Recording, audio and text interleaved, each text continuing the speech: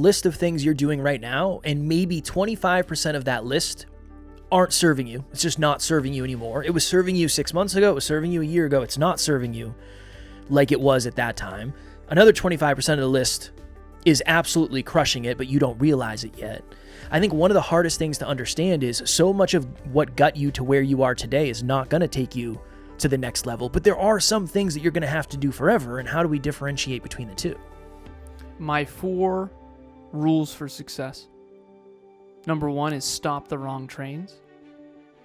Number 2 is start the right trains. Number 3 is improve the right trains. And number 4 is never, ever, ever lose momentum. Unfortunately, what it has taken to get to this level, you're going to have to evolve and adapt in order to get to the next level. However, there are certain things that need to be done on every level. Next Level Nation, today for episode number 2039, what got you here won't get you there. We have clients that have a big YouTube channel, and it's all about retirement. And I am currently doing the video editing. And their episode today was all about the habits that got you into retirement are not the same habits that are going to create a fulfilling retirement. And they were talking about how, so one of the hosts, he was talking about how his dad was really good at sales and he was really good at business. And he used to have what they would call 3 martini lunches. So they would go out to lunch with prospective clients. They'd hammer martinis. Been there. He'd go home. He'd take a nap. He'd go play golf. He'd have some more martinis. Mm-hmm. And he said what started out as joy and pleasure in retirement ended up creating a lack of purpose, a lack of mission. And he essentially said his dad's retirement was just him waiting to die. And one of the theses, one of the themes, one of the takeaways in the video was what got you to retirement is not going to get you to a fulfilling one. And I think it's like that with everything. What got you to this level of your intimate relationship is not going to get you to the next one. And I don't mean that from a negative perspective, but that is what growth is. You and I have been talking about this. We have been working a lot lately. It's been an absolute freaking grind. What got us to where we are in business is also affecting our relationship. So what got us to where we are in business is not going to get me to the relationship I want. It's not going to get Alan to the relationship he wants. For a long time, what got us to where we are in business was not going to get us to the bodies we wanted. So we had to work on that. Anytime you're getting a new result, there is an opportunity that something you're doing is not good enough, quality enough, competent enough, aware enough, focused enough. It's every time you get a new opportunity, there's a lesson.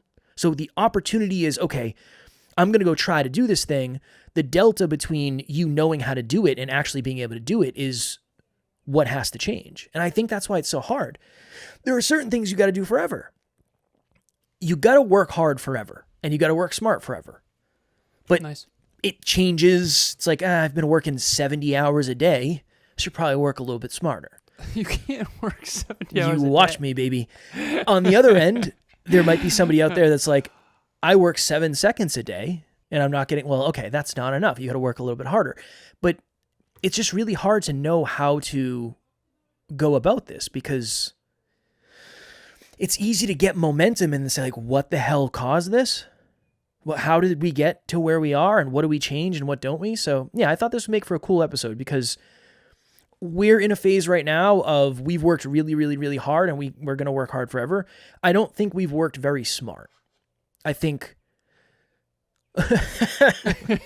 yeah, blasphemy. I was talking to a business owner the other day. Compared to who? Who compared have we not worked smart compared to who? My desire. I was talking to a business owner the other day, and they were asking me kind of for advice. And they said, "How did you get to like where you guys got to?" And I said, "Brute force, brute fucking force." And she said, "What's an example of that?" And I was like, "What's an example of that?" Well, she asked about the live event. She said, "How'd the live event go?" And I said, "It went as well as it could. There were things that popped up. There's always things that popped up." She said, "What's an example of brute force?" I said, "I worked 36 hours in 2 days." That. I just got up and just went and did it and just zombied the whole time, and then drove home an hour from the venue the night before, woke up at 5, took a shower, drove back to the venue for a 16-hour day, drove home another hour that night. Then I drove an hour back to the hotel to drive Amy an hour to the airport to drive an hour home on Sunday. And then Monday I got up and it was a normal freaking day. I got up at 6 and went to the gym. That's just an example of absolute brute force. It's great to have that tool. It's great to be able to pull that out. Without smart work, you burn yourself out, and eventually you reach the max. You meech the max. You meech. This Alan said something. This is going to be a new saying on NLU. We were talking before this, and I don't remember what we were talking about, but he said, "I too." Yes, he was trying to say also. "me too." He said, "I too." Yeah, I too. I also. So this is difficult for me to articulate because this is what I do in coaching. This is all I do, which is just strategy. How many times do you think I can say strategy? I think you said it 5 right there. Nice. But another dozen in you. But I would say that's the 80% of my coaching sessions are probably just strategy. Strategy about what, right? What to do and what not to do. I crack my window just a wee bit. It's a 60-degree night here in New Hampshire. I'm going to crack my window just a bit, and I don't want to hear a fucking word of it. Okay, sounds good. Okay. All right. So for anyone out there watching or listening who does not care whatsoever about Kevin's window and wants to hear about strategy, Yes. how does one know what they need to keep and what they need to get rid of to get to the next level? That's a good question. You asking me? I think we should both contemplate that. That's Alan's way of saying, honestly, brother, I'd really appreciate it if you would ask me that question. No, I do think we should both answer it because that is the base challenge. I've been saying that a lot. That's a big challenge, not the base challenge, big challenge. The base challenge is self-belief. Once you have self-belief, you'll have a goal. Once you have a goal, you need to set a standard. But then you have to figure out what to do and what not to do. And I think that what to do and what not to do changes based on circumstance. I think you have to, for lack of better phrasing, it doesn't have to be this cut and dry, but I think you have to be obsessed with getting to the root cause. Agreed. We showed this was a slide for Next Level Live, and it was, so Alan and I have Aura rings. I think Emilia got you one, or you got Emilia one. I found out about Aura rings from you. Yeah. And again, we're not sponsored. This isn't an ad or anything. And all my clients, by the way, are in a Aura circle. You should get 100% affiliate payback on that. Well, an Aura circle is what? An Aura circle is free. An Aura circle is just business coaching. No, I know what it is. Okay. How many people have you got to buy Aura rings? Yeah, a lot. But I don't care about any of that. See, that right there is hard work. Alan would rather grind his face off than get a little kickback from Aura. I'm not about it. Yeah. I'm not here to sell Aura rings. What are we doing? Well, although I do think this episode. I'm not here to sell Aura rings. But if you want one, click the link. I'm kidding. We don't have a link. Seriously though, I just want to see people flourish. I do. It is such a good tool. I was hoping you were going to say seriously though. There is a link in the bio. I can't. There is a link to the Dreamliner and other things we sell. Yes. But I do think Aura is amazing. What was your point? So we had a slide for Next Level Live. There is a point, I promise. And it was how I got like a 65 sleep score, a 68 sleep score. And I remember thinking, what changed? Caffeine intake has not changed. Exercises are the same supplements, same work day, going to bed at the same time. And I remember thinking, oh, you know what? I think it's too hot. When I'm cold, like physically cold, when I get into bed, I sleep better. So I said, all right, let me test this out. I put the heat on 70, or it was technically the AC on 70. Nope, didn't work. 68, perfect.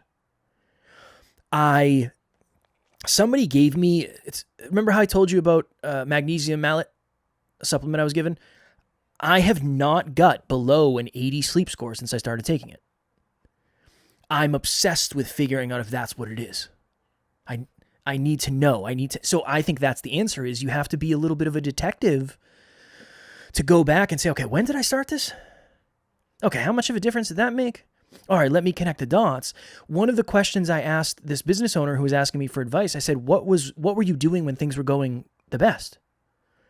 And they said, well, I was doing this, but I don't think I want to do that again. And I said, well, that's where I would start. Why don't you want to do it? Well, I don't really enjoy it. You got to do it. It worked. That's what was working before. I think that's a really good thing. Another question you and I asked ourselves and each other this, and it changed business in a lot of ways. What would our business die without? Yeah, so that was fire. What would your morning routine die without? What would your relationship die without? Whatever. I think that's a potentially hard question to ask, but a good question. What would you suggest? I think it's exactly that. Were you in the WhatsApp group where I said I'm trying to Sherlock Holmes this thing? Yes. Is that group coaching or something? That was... There was an anomaly. No, it was other media, I think. Oh, right. Yeah, so there was a calendar event on my calendar, obviously, that there was a no-show to a podcast I was supposed to be on, and then I went into the messages, and apparently it was rescheduled. Me, Laura, emails. I'm trying to figure out what the hell happened. And I said I'm going to Sherlock Holmes this thing. What I mean is I'm going to look at all the clues and try to figure out what happened. Because if I figure out what went wrong, I can improve our processes. It's key. It's key. But I don't know how do you teach that if that's not natural? Well, I don't think that was natural to me. Yeah, I would say no. Sorry. Okay, one time Kev comes to me. He's like, "Hey, we went to a thing, Taryn and I. Oh, we no, played Guess Clue. Who." Yeah. Oh, yeah, Guess Who. Guess Who?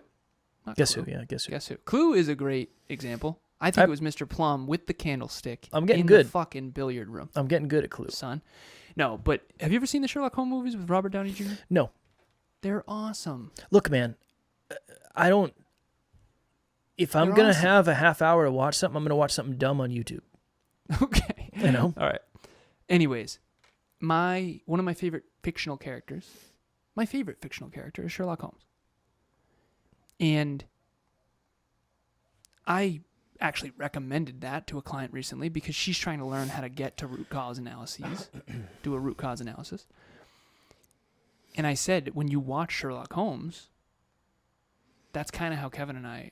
There's a character called Wilson. I said, Kevin's Wilson. In the films. Which you, I think, would like if you ever saw the fucking thing, but doesn't matter. The point is, they're a good team. Wilson is more emotionally driven. Sherlock Holmes is much more analytical. Is Wilson more Jack than Sherlock? You see what Kevin asks? I don't imagine either of them lift. It's Wow. It's Robert Downey Jr. and... Oh, no. You'll know. Hold on. Oh, no, you'll know. Why can't I think of the name? Don't know. Wow, that's going to annoy me. What's this person look like? That's going to annoy me a lot. It's not even on the tip of my tongue. It's not even there. He's going to have to look. It's in my brain, though, for sure. Hold on. You'll recognize it, 100%. It got a 7.6. Oh, Jude Law. Jude Law. I was going to guess something like that. Robert Downey Jr. and Jude Law. They have an awesome dynamic in that, for sure. It's hilarious. It's really funny. Doesn't matter. All right, I'm not trying to sell a goddamn movie or Aura Rings. What I am trying to do, anomalies bug me. An anomaly is something that doesn't fit the pattern. I've said this before. 1, 2, 3, 5, 6, 7. 4. 4 breaks the pattern. 4 is missing. I need to know what's missing. Why? Because when you figure out what's missing, now you can connect a deeper understanding, and now there's a future potentiality that is now possible. Let me give a tangible example. There was an episode not long ago, I think 2 or 3 episodes back, where I said, Kev, I'm going to take away all your knowledge, hypothetically. I'm going to wave a magic wand. Kevin knows nothing about podcasting. He knows nothing about business. He knows nothing about finance. He knows nothing about, you don't know how to read or write. You don't know mathematics. You don't know science. You don't know chemistry or biology or any of those things. And you playfully joked and said, well, that's about where I'm at. It's pretty accurate. It's not. But what would you do? And you said, I would do nothing. The truth is you'd be stuck. knowledge is potential power. And how do you gain knowledge? You figure out what you're missing. My whole life is spent figuring out, what am I missing? What am I missing? What am I missing? Dude, back in the day when I was in relationships, I couldn't figure out why I sucked at them. But I think that question is easier than what are you not missing?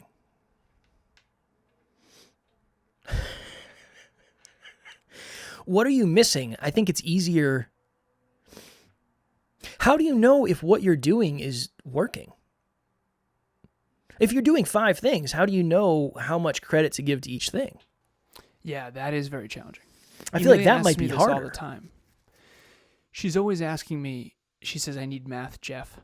And she texted me, WhatsApped me yesterday. I think it was, 9 at night or something. She said, I need to talk to math, Jeff. And she was writing an email proposal. Boom, boom, boom. ChatGPT is very wrong about a lot of math. 100%. Everyone out there who uses ChatGPT, the mathematics are alarmingly wrong. And I don't know if they're going to, maybe it's the prompt she's using or whatever, but that's the second time. Third, I've seen that happen. Double check ChatGPT math. It's happened to me many times. I analyze the team's time, where they're investing their time, and I use ChatGPT. It was not, no, absolutely not. Not good. I think I'm going to do it myself for now. And then once they fix that, I'll probably use it again. But, why is ChatGPT so bad at math? I do not get it yet. Again, that's an example of something I feel like I need to know. Here's what that says. I'm missing something. Now, to get back to your original question, how do you know if something's working? You kind of have to be a scientist. You have to be a Sherlock Holmes. You have to see. I remember you came to me. You were going on guesting on other podcasts. You're like, this isn't working. And I said, well, it's only been 3 months. And then we had a big Q3 that year, 9 months later. It depends on, I don't know if I have a good answer. You have to calculate it in your brain. It's the system's thinking, okay? It's input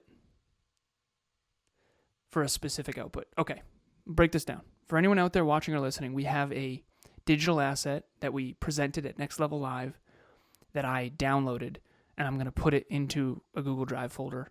Production team, please put it in the Google Drive folder below. It's a square, simple. It's input, output, measure, adjust.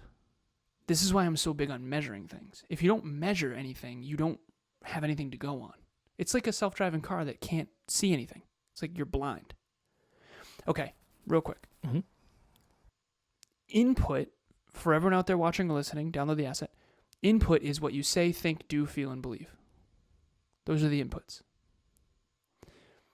And those are based on what you pay attention to. Those are based on your analytical thinking and your intelligence, your awareness, your deeper understanding. All right, the output is the results you get as a byproduct. Then you measure the results. So let's say the input is Kevin eats 1,600 calories and works out for an hour today. Nice. The output is tomorrow morning he steps on the scale and it's like, fuck yeah, pound down, baby. Then you adjust and go, I want to lose more weight, so I'm going to actually do 1,500 today. I'm going to work out an hour and 15 minutes instead. And then you measure again and you don't lose weight. It's like, ooh, what am I missing? What you're missing is the fact that water weight, hormones, you slept a different amount. Maybe you took magnesium, whatever. You have to be a constant scientist. When it comes to external achievement, it's all science. There is no emotion. It doesn't matter. That's why robots can accomplish so much. There is no emotion in achievement. I have a question. Yeah. Okay. I'm gonna fuck you up with the truth. Are you prepared? You're sitting down? For sure. Okay. I assumed as much, but I had to make sure. This is all under the assumption that the person started the system intentionally. Of course. That is, how many people do? You come to me, I hire you as a coach. Jeff, I need you. Cool. This is how much I charge. Awesome. Can you meet me halfway and do it for a bag of biscuits and a ham and cheese croissant? Yeah, I'd love to. Awesome. Love that for me. Cool. Let's party. You come in. You come in and you say, what are you doing? And I tell you what I'm doing, but none of that I didn't create the system. I don't have the loop. The loop's not running. So you were living completely unintentionally? Yeah. You're coming in the middle of the loop, not the beginning. The loop was not designed from the beginning. You're coming in the middle. Okay. The science of achievement is predicated on an external goal. So in group coaching, we just got off group coaching an hour ago. We set top 3 podcast goals. It's called the Next Level Podcast Accelerator. If you're a podcaster, reach out. We can get you in group 19, which is Q3. And we'll buy an Aura ring. I'm kidding. All right. No, but seriously, we top 3 podcast goals, and then we create habits underneath those goals, which are the inputs. The inputs are behavior, always. One of the things that's been really frustrating for me is watching people complain about not getting results they want while consciously doing behaviors that are nothing correlated with the goal. Like You don't get I used to say this to you all the time. I used to say, you can't want a level 10 result and not have a level 10 standard or do level 10 behaviors or have level 10 consistency. And you're like, no, Alan, of course you can want it. You just can't expect it. So if you are out there watching or listening and you want to be more successful, you have to reverse engineer. There is no other way. Otherwise, you are winging it. Yeah. You have to reverse engineer it. You can't, I used to say this, I don't know if it'll land. You can't say, hey, my name's Kevin Palmieri. I'm going to start a company and I'm going to build iPhones and then go golfing. Those two are not correlated whatsoever. You can't say, hey, I want to build TVs and then you just start mowing lawns. Do you know what I mean? I think, yeah, but in your mind, it's 100% zero versus I think it could be a percentage. You are all or nothing in the best way. Not in a bad way, in the best way. You're all or nothing. Fair. And you dial, and your all is not 10 out of 10, it's 13 out of 10. You dial it right the F up. But I don't think that's the way other people need to be necessarily. No, but it depends on the size of their goals. Yes, I'm assuming it's not. If you want to win an Olympic gold medal, you have to be dialed up at level 10. 100%. You can't stumble upon that. You can't. No. Yeah, you can't. No. As a matter of fact, you might design your entire world around it and still not come close. It's fair. That's the hard truth of it. It's fair. Yeah. It's fair. Well, I think that's why this is... But if you want to buy a home and start a family and do your thing, you can probably get away with 80% intentionality. But you can't. No, you can't. Carefree wandering sounds fun and it's very romanticized, but it's not intelligent. I agree. I think, because this is the thought. This is what I was thinking. What got you here won't get you there. Well, habit tracking got me here. Will it get me there? Yes. Not the same exact habits though the whole time. Yeah. But sometimes it is the same habits. I know, but so that's my question is, how do you know what to keep and what not to keep? And a lot of this is running in math in my head. So Amelia always asks me, well, how do you know what you should and shouldn't be doing? And she's like, I want to know the equation. And my brain is like, I don't know, I just know. NLU listener, what is happening? I just wanted to jump in here and let you know, if you want to get to the next level faster, we have a free virtual monthly meetup at the first Thursday of every month. You can connect with like-minded people and become a bigger part of this amazing global community. The link to register will be in the show notes. If Kev came to me and said, hey, I have these goals for 2025, I would just tell you exactly what to do. And then if you did it, you'd get the goal. Yeah, I understand. Or I'd say your goal's too high, you can't do it in that amount of time, right? I know. As arrogant as that comes off, it's my brain calculates. It's all a math equation. I think that's why I'm so disliked and misunderstood, is because it's all calculated. It's a calculation. It's just like, I asked a client earlier, and I'm sorry if I keep interrupting you, but I asked a client earlier, I said, do you know how a self-driving car works? And she said, Alan, no. And I said, it's taking in data. So when a bird flies across the camera, it's calculating the probability that it's a bird instead of a bear. And then it's making a decision based on that. It's all based on probabilities. Like in poker, you don't go all in when you have twos unless you decide to bluff. Life is a giant game of probabilities. So what's the probability that people don't hate me the way I'm talking right now? Very low. Like most people are going to dislike this. And I know that, unfortunately. However, the probability of you succeeding without hearing this is also very low. Like, to me, achievement is not that difficult. It's relationships that don't make any sense. Because emotions they don't make any sense. It's like, I have a client I'm thinking of. She said, emotionally, I feel like I'm only a 2 out of 10, but intellectually, I know I'm an 8 out of 10. And it's like, well, we have to bridge those. Like, which one's the truth? Which one's the objective truth? She's like, well, definitely the 8. I said, okay, if there's 100 random people in a room, how many of them do you think find you as the top 5 most attractive girl in the room? 100 random girls. Okay, not on Instagram, not a subset of a subset of a subset of supermodels. I'm talking like random human beings across the globe. She said, oh, probably top 3. I said, well, then that means you're a 9.7. In real life, like that's the objective truth. That's the statistical reality. But if you walk around acting like a 2, you're not going to have confidence. Well, there's no math associated with feelings.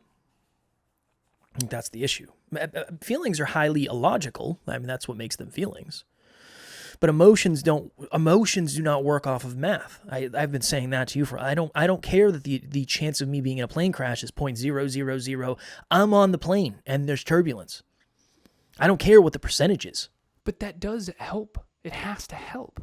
No, not really, no. Not as much as you think. One thing I will share, and the part of the brain, if you study the neuroscience of this, the part of the brain, so Emilia says, one of my biggest concerns in the world is I always wanted to be a math teacher, and I think that I'm trying not to come off like a fucking asshole right now. And I'm not. It is a little bit alarming to me how few people understand mathematics. And of course that's the case because I love math and I always have. I've been a big math and science guy my whole life, right? Math and science is the only reason why we're able to build buildings and we're able to actually have planes and why we have phones and why we have StreamYard and why we have computers and why you and I can do this right now. Like, it's math. It's not emotions. Math and science is what builds the internet and phones and roads and buildings. Like,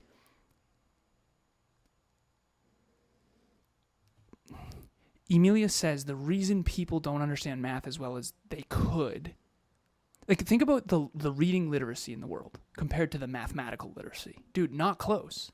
That's concerning. Let me explain why instead of me coming off like an asshole. If you don't understand mathematics, it's going to be very hard to be wealthy. If I were to take the people who say, I love math, and show you how much money they have compared to the people who say, I hate math, it would be alarming to everyone.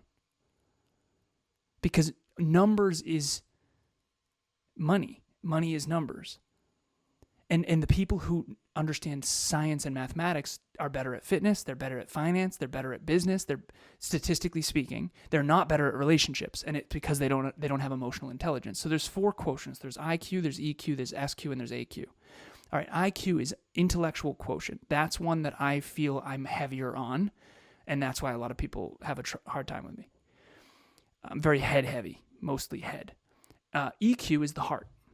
That's emotional maturity, emotional rationality, emotional adaptability, trauma, feelings, crying, understanding relationships. Okay.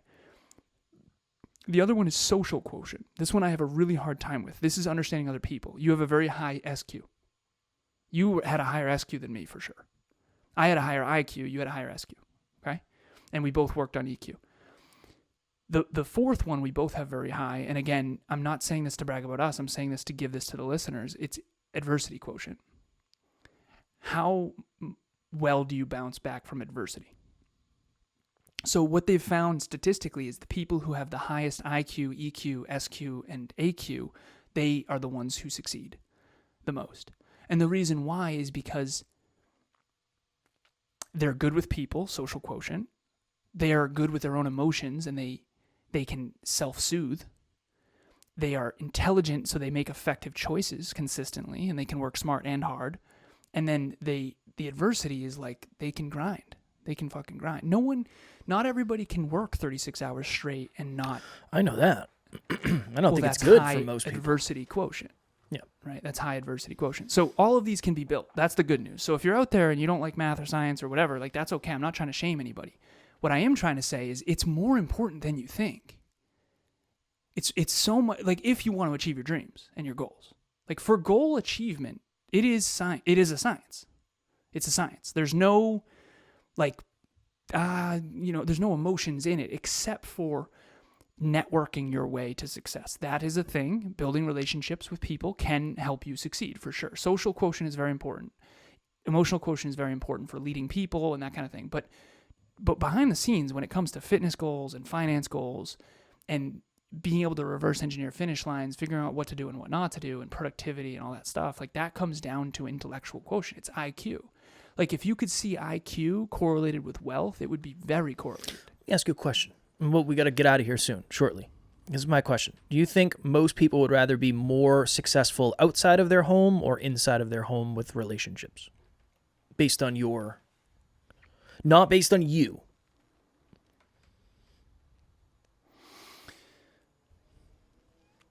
I think everyone wants both. And I think almost no one has both. What's number one? I have a really hard time doing both. I think that's why it's so hard to get it to land. Yeah. Because almost, and again, I don't mean this in a negative way, almost nobody is really, really good at even just one of them. Never mind both of them. I know a lot of people that are emotionally driven that are terrible at relationships. They're not good at relationships. They struggle to communicate. They struggle to be mature. They struggle to not take advantage of their partner or take them for granted or let their tempers flare. For them, they have to learn both skills. Yeah. So it's like, well, what would you rather, where do you start on that? Personal development. I agree. I think that's something that will get you, that will never go out of style. Yeah, agreed. That's the one thing that you have to take to every level. I think that's the thing you have to take with you. But yeah, it's so hard to know because it's like, yeah, in an ideal world, you'd have all IQ, EQ, AQ, and whatever the other one was. Social quotient. SQ. Social quotient, adversity quotient, intellectual quotient, and emotional quotient. But that's most people know IQ and EQ.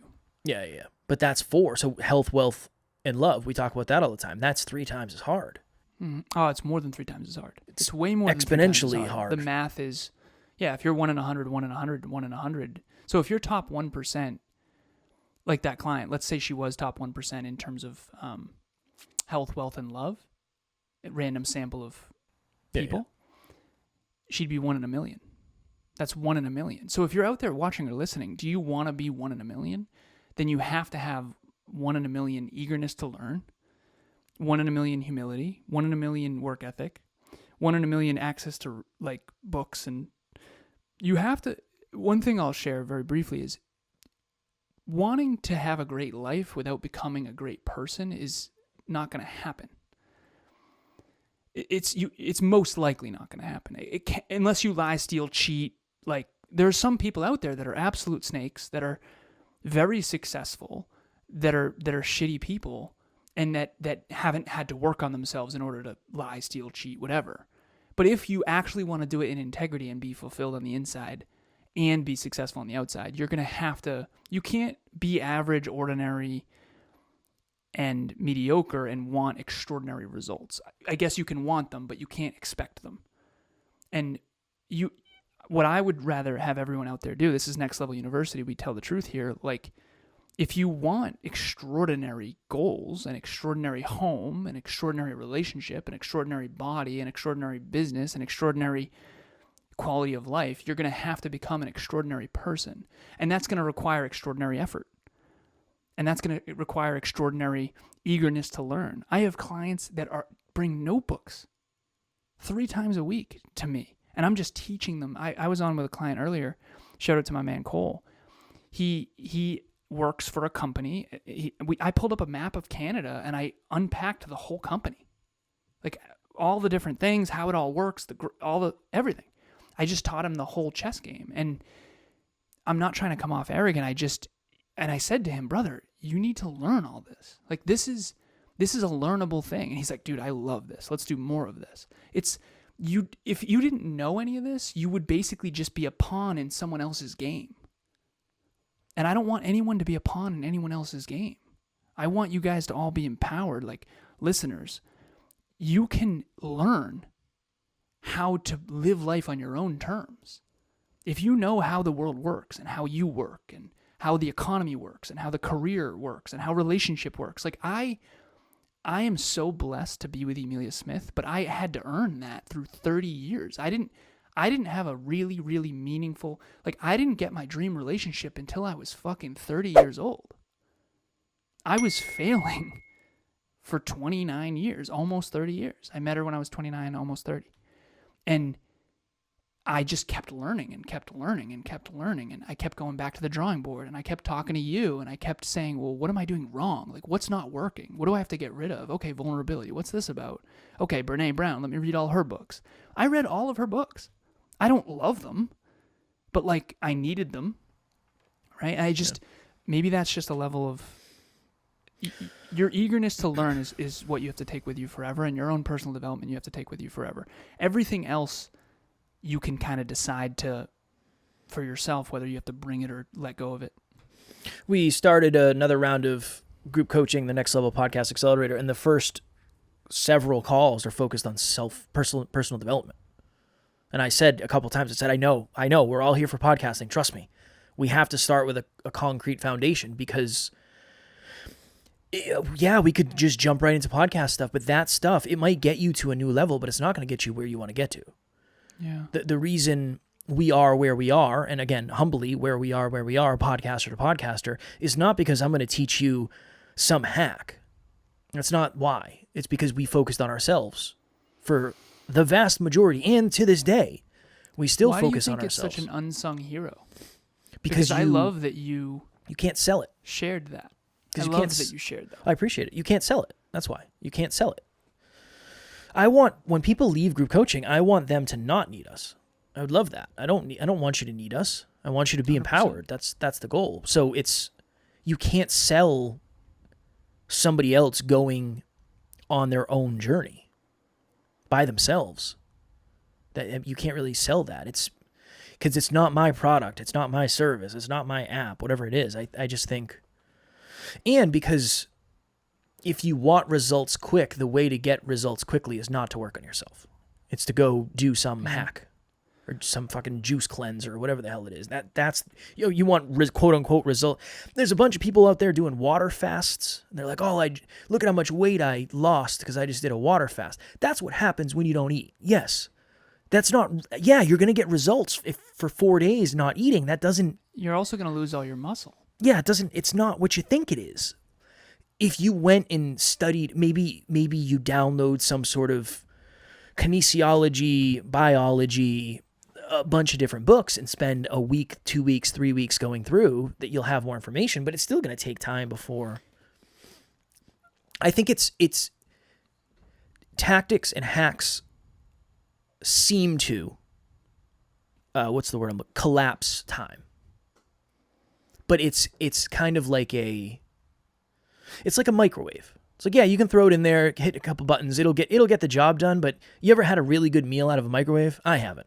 Nice. The best meals I've ever had are coming out of ovens or whatever in this analogy. I don't fucking know, but I think it's that. You'll get results, but it's going to keep you at this level, or it's going to jump you one. It's not going to jump you one and then give you the lessons and the understanding you need to see the next level. That's not the way it works.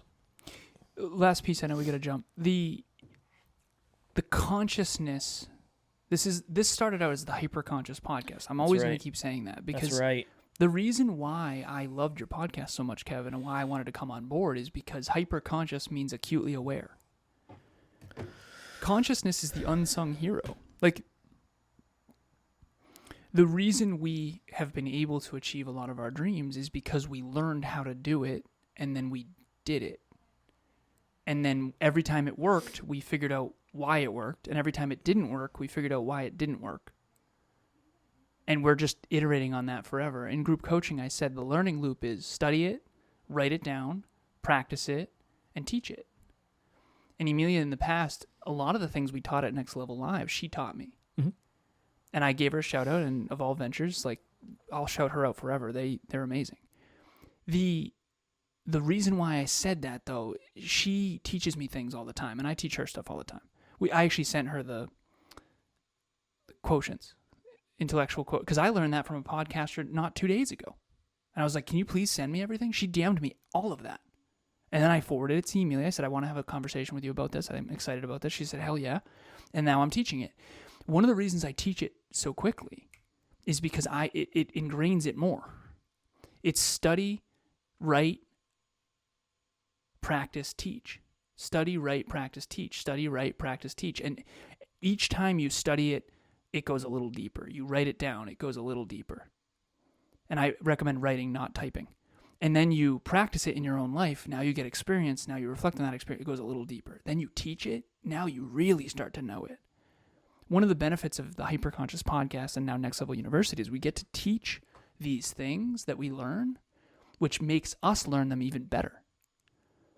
And for anyone out there watching or listening, what got you here won't get you there.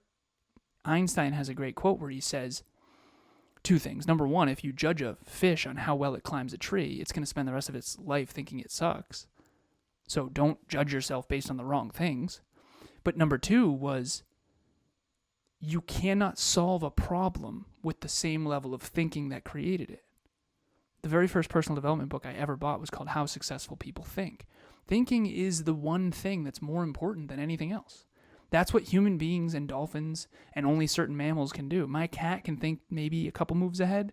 I couldn't get her to bed the other night. Emilia went to bed early and I couldn't get her to go into her crate for the life of me. I had to play with her for fucking 45 minutes.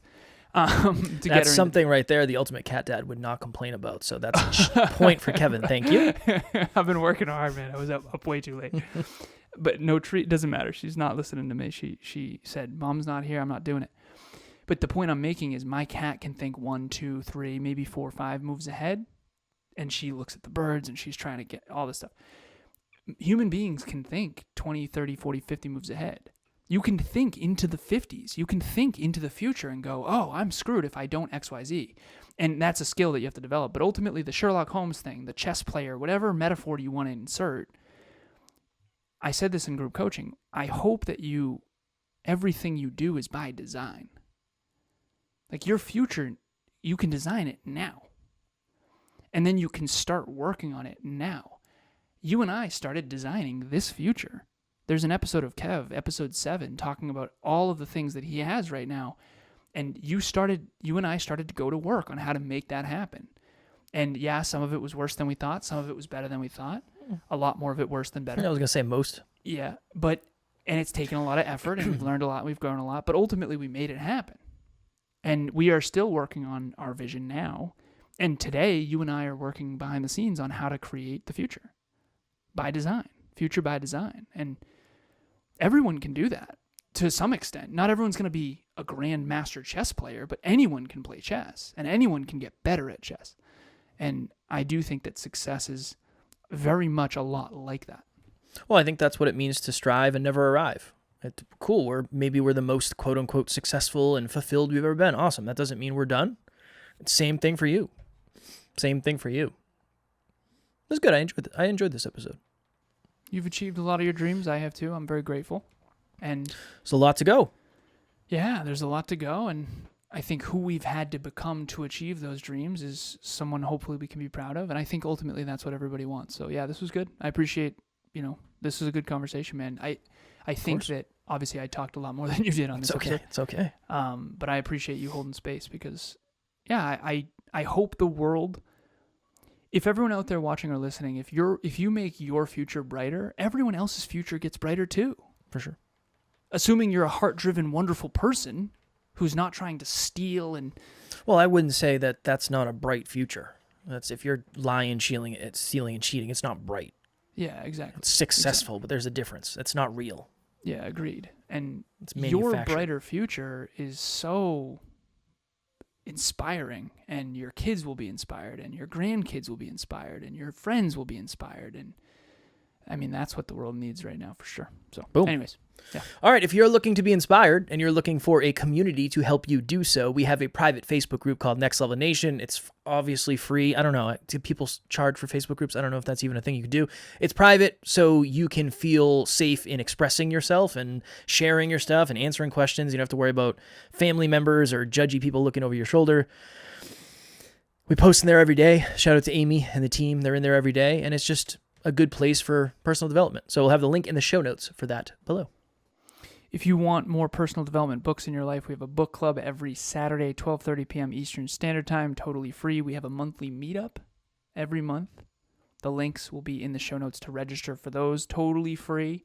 And if you do want to start a brand and a business and start generating revenue, turning your passion into purpose for a profit, and you do want to reverse engineer finish lines with me, dreams, goals, priorities, metrics, habits, skills, and identity. It might sound terrible, but I promise you your future will be bigger and brighter, and I am very, very excited to help you out. So the first one's free. Link will be in the show notes. Do it. Do it. Do it. Do it. As always, we love you. We appreciate you. Grateful for each and every one of you. And at NLU, we don't have fans. We have family. We will talk to you all tomorrow. We'll talk to you soon.